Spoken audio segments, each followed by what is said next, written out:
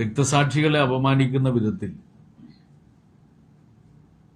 പോസ്റ്ററുകൾ പതിക്കുന്നത് പ്രകോപനമുണ്ടാക്കലാണ്.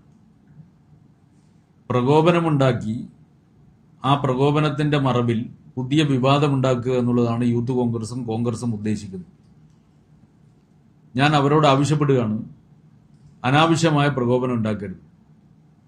രക്തസാക്ഷികൾ എന്ന് പറഞ്ഞാൽ ഇടതുപക്ഷത്തെ സംബന്ധിച്ചിടത്തോളം മറ്റെന്തിനേക്കാളും വലുതാണ്.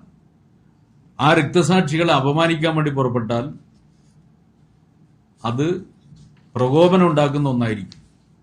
അതുകൊണ്ട് ജില്ലാ ഭരണകൂടത്തോടും പോലീസ് സംവിധാനത്തോടും കൂടി ഞാൻ ആവശ്യപ്പെടുകയാണ്, അനാവശ്യമായി പ്രകോപനമുണ്ടാക്കാൻ വേണ്ടി യൂത്ത് കോൺഗ്രസുകാർ ശ്രമിക്കുമ്പോൾ, കോൺഗ്രസും ശ്രമിക്കുമ്പോൾ ആ പ്രകോപനത്തിന് ഇടയാവുന്ന വിധത്തിലുള്ള എന്ത് സംഭവം ഉണ്ടായാലും ജില്ലാ ഭരണകൂടവും ജില്ലാ പോലീസ് സംവിധാനവും ഇടപെടണം.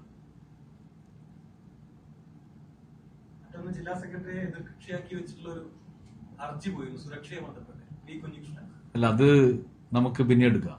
കാരണം LDFന്റെ വിഷയമല്ലല്ലോ, CPMന്റെ വിഷയമല്ലേ. ഇവിടെ ഞാനത് പറയുന്നത് ഉചിതമല്ല.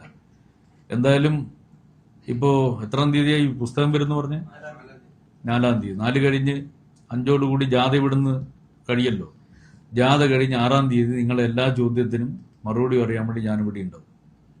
നിങ്ങൾ എല്ലാ ആ പുസ്തകം നന്നായി വായിച്ച് ആവശ്യമുള്ള ചോദ്യങ്ങളെല്ലാം തയ്യാറാക്കി റെഡിയാക്കി നിങ്ങൾ വന്നോളൂ.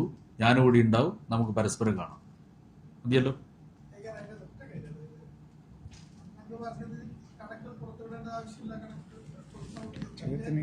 അല്ല, ആ ചോദ്യത്തിന് പ്രസക്തി ഇല്ലല്ലോ.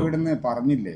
അപ്പൊ പറഞ്ഞു, അന്നേരം ചോദിച്ചാൽ അതിന് പ്രസക്തി ഇല്ല. നിങ്ങൾക്ക് അന്നേരം ചോദിക്കാം. എനിക്ക് അതിന് കൃത്യമായിട്ട് മറുപടി ഉണ്ട്.